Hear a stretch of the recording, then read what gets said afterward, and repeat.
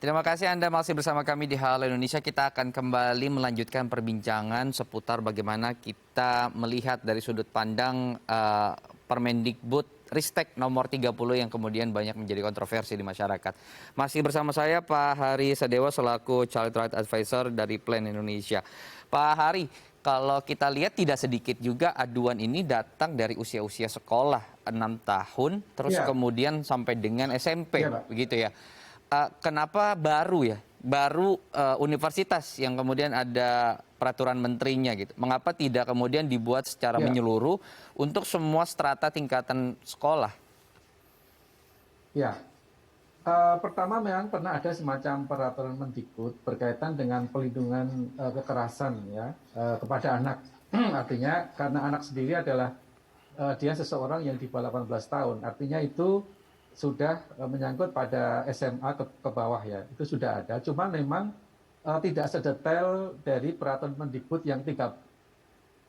Jadi dia hanya apa ya semacam peraturan untuk supaya mencegah kekerasan, tidak hanya kekerasan seksual aja, tapi kekerasan di sekolah gitu ya. Itu memang sudah ada, cuman memang tidak ada seteknis dan sedetail yang ada di peraturan nomor 30 ini. Ini sangat baik menurut saya, justru memicu atau menjadi semacam semangat kami untuk kami terus melakukan advokasi, mungkin membantu pemerintah terutama di sekolah untuk bagaimana dibuat atau dikembangkan sistem child safeguarding. Bagaimana membuat sistem tentang bagaimana mengamankan anak-anak yang ada di institusi sekolah. Hmm. Dengan apa? Dengan membuat semacam yang paling rendah aja, misalnya kode etik. Bagaimana kode etik seorang pengajar di sekolah-sekolah itu, kode etik seorang karyawan sekolah-sekolah itu, supaya mereka itu tidak melakukan praktek-praktek abusif, praktek-praktek salah perlakuan salah. Yang salah satunya adalah perlakuan salah secara seksual. Kenapa? Karena ini penting sekali. Sekali lagi ya, ini adalah peraturan yang sifatnya adalah mengatur bagaimana seseorang yang punya kuasa, relasi kuasa. Kita lihat aja, guru dengan murid itu relasinya memang tidak akan seimbang. Jadi guru selalu berkuasa ya, dalam artian ini ya, kewenangan dan sebagainya. Nah, ini kalau tidak diatur, kalau tidak dipayungi dengan sebuah kebijakan bagaimana mereka itu menggunakan kekuasaannya, kewenangan secara baik, ini akan membuat risiko-risiko besar kepada anak-anak untuk menerima kekerasan tadi, apakah kekerasan seksual, kekerasan fisik, kekerasan emosional, sehingga pengembangan institutional based child protection atau perlindungan anak itu saya pikir sudah menjadi sesuatu yang urgent untuk segera dikembangkan. Misalnya sekolah ramah anak, itu salah satunya adalah mengadopsi ini. Bagaimana pengajar, staf, karyawan yang ada di lingkungan seperti di sekolah itu, mereka taat tentang kode etik. Bagaimana mereka menggunakan gadget secara baik, tidak mengirimkan yang pornografi, kemudian tidak melakukan praktek sexual abuse, ya, baik verbal atau fisik, seksual dan sebagainya. Itu urgen menurut saya. Kenapa? Kalau enggak itu kemudian ini akan semakin banyak korban-korban lagi. Ingat, di dalam prevalensi survei dari Kemensos tahun 2017 itu menemukan prevalensi kekerasan seksual pada anak itu adalah 6,37% untuk anak laki-laki ya, atau sekitar 6,4% ya kalau nggak salah untuk anak perempuan. Jadi hampir sama-sama. Artinya apa?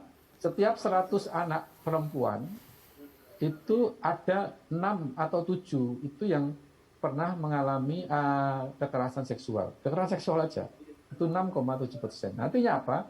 Kalau ada satu sekolah itu muridnya 200, berarti ada berapa tuh? Sekitar 12, 15-an lah, 15, 16 itu mengalami kekerasan seksual. Dan itu yang melapor berapa? Ada mungkin nggak pernah dilaporkan, mungkin cuma 1, 2. Jadi yang nggak melaporkan banyak. Nah, karena bagaimana mau melapor kalau tidak ada nomor hotline misalnya, wadah atau pelaporannya. Dan sebaiknya memang secara digital menurut saya yang itu secure, aman ya. Jadi orang tanpa harus mendatangi kantor, mendatangi seseorang, tapi bisa langsung melaporkan apa yang dia rasakan, apa yang dia alami, atau dia menyaksikan temannya yang mengalami itu tanpa rasa takut kan kita melaporkan itu. Nah itu yang penting. Jadi ketika saluran-saluran itu mudah diakomodasi, dan yang penting adalah edukasi bahwa praktek-praktek yang tadi itu mereka tahu bahwa itu tidak boleh dilakukan. Dan kalau ketika mereka menjadi korban, ini loh, kamu bisa melapor ke nomor ini. Jadi ini dengan rasa aman, kan begitu. Jadi kemudian dengan adanya permen ini secara spesifik dijelaskan bentuk kekerasannya tadi ada 21, ini kan baru di perguruan tinggi, kita harapkan bersama-sama kemudian di setiap jenjang nanti akan ada. Dan kemudian memudahkan orang tua juga ketika hendak melakukan pelaporan, kalau ke Kementerian Pemberdayaan Perempuan dan Perlindungan Anak kan terlalu luas begitu ya konteksnya. Nah kalau pendidikan kan di area pendidikan ini bisa lebih spesifik. Baik. Ada di situ. Baik. Pak Hari terima kasih. Pak Hari Sadewa terima kasih. Hari ini sudah berbagi informasi karena waktu kita terbatas. Terima kasih sekali lagi sudah meluangkan waktu. Semoga ini bisa mengedukasi masyarakat untuk lebih aware lagi terhadap bentuk kekerasan seksual yang terjadi di sekitar kita, terutama di anak-anak kita. Terima kasih Pak Hari Sadewa. Assalamualaikum. Satu lagi masih satu detik aja. Jadi juga saya merekomendasikan untuk RUU PKS ini juga harus segera disahkan ini.